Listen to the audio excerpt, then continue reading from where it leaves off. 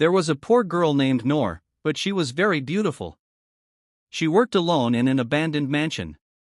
In that mansion, a jinn had been waiting for a beautiful girl for hundreds of years. The jinn lured Noor with promises of wealth and fell in love with her so deeply that he forgot everything. What he did to that innocent girl would make your soul tremble.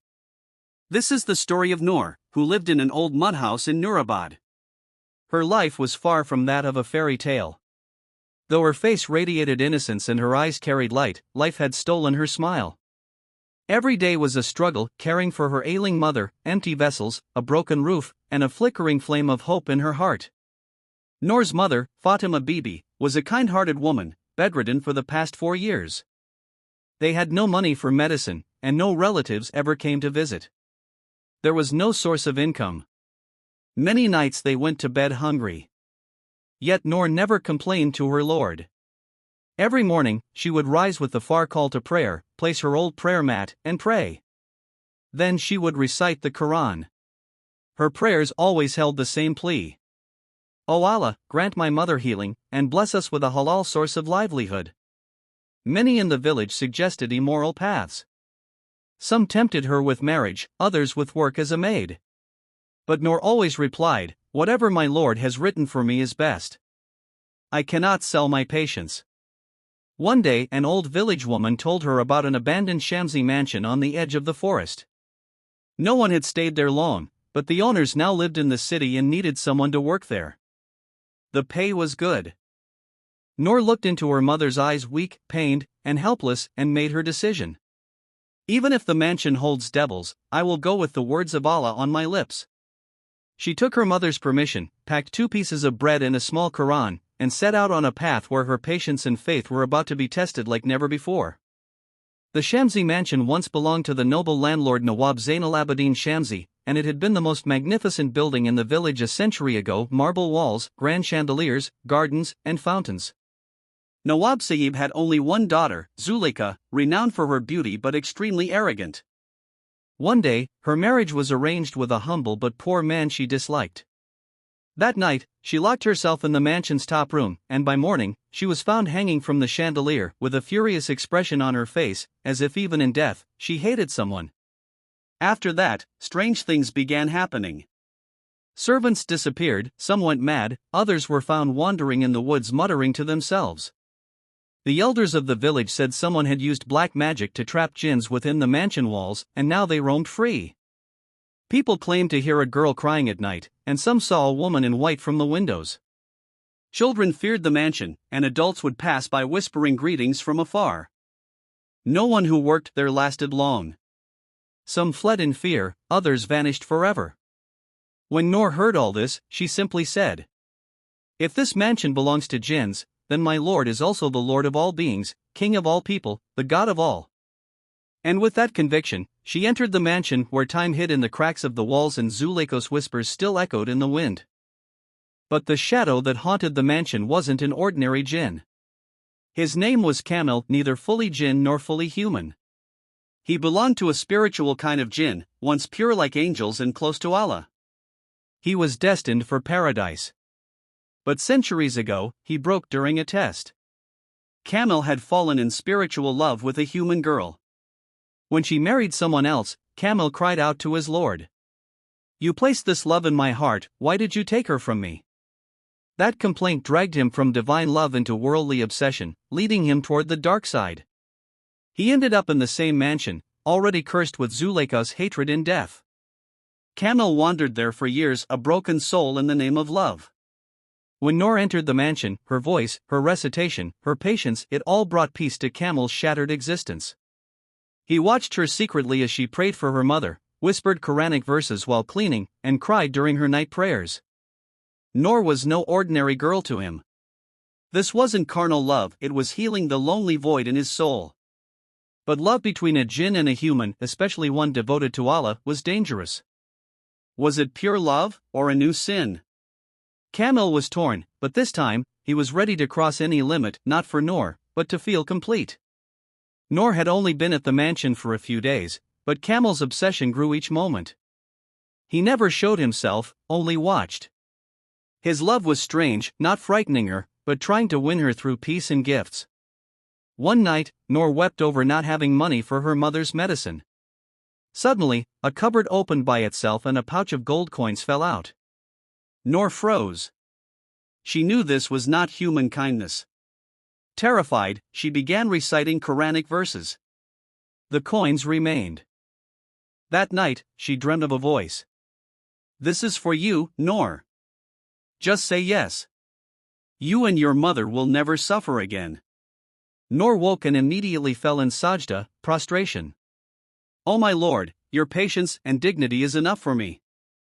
I need your protection, not a jinn's favor."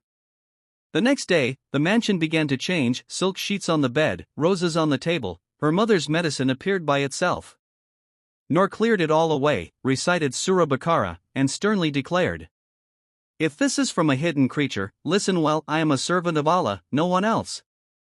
It was the first time anyone had rejected Kamil so firmly, with patience, faith, and dignity. He was shaken. But Noor's prayers forced him to retreat. That night, Noor placed her hands on her mother's feet and prayed, "O Allah, you are the helper of the poor. You are our Lord. If you wish, you can remove all my problems without a jinn or human."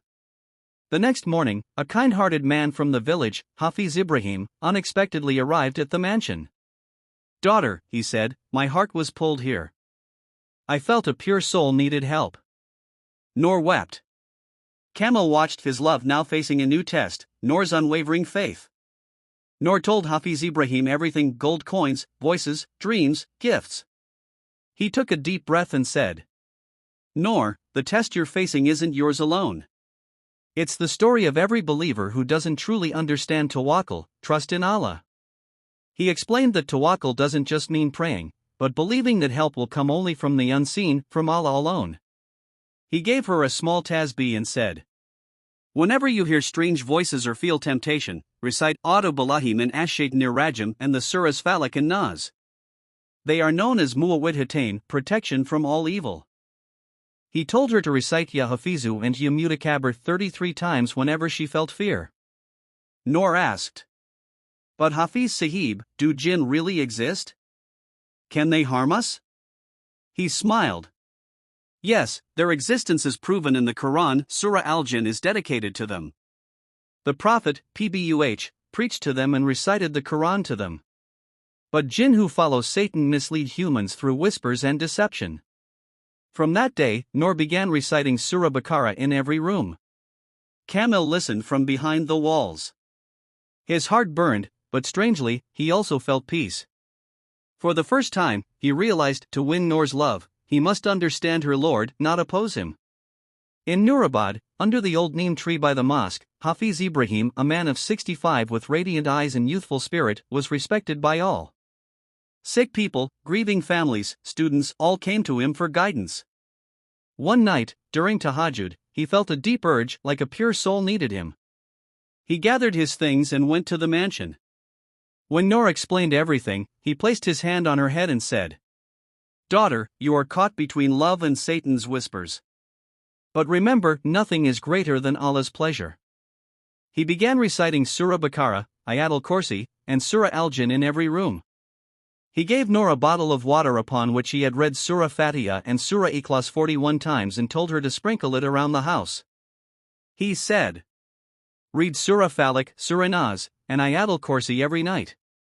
It will cool the fire of the jinn." Kamil, watching from behind the walls, felt weak for the first time. Hafiz Ibrahim wasn't just a man, he was a spiritual warrior, fighting with the light of Allah's words. He now stayed to protect Noor not just from the jinn, but from any path that might take her away from Allah. He said, "Noor, your battle is not just against the jinn, but your own inner self. Love becomes light only when it includes Allah's pleasure."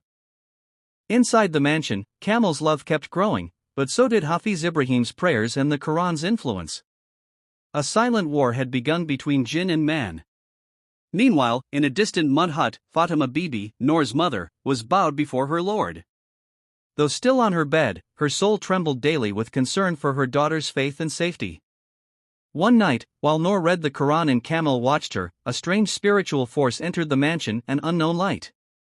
Kamil felt suffocated. At that same moment, in the hut, Fatima Bibi was in prostration. "O Allah, if my life is needed to protect my daughter, take me, but save her from every evil." That prayer pierced the heavens. They say a mother's true prayer can even change fate. And that night, Kamil realized Noor was not alone. She was guarded by her mother's supplication, a mother who had a direct connection with Allah. The next day, Noor saw a white light through the mansion window and felt deep peace. She knew her mother must have prayed, and her Lord must have answered. She repeated a verse from the Quran. "Remember me, and I will remember you." But Kamil's love, after being rejected again and again, began turning into pain and then into obsession. Where once he found peace in her presence, now he felt insulted in every word. "I offered her everything, wealth, comfort, even her mother's healing. And she rejected me. Just because I'm a jinn."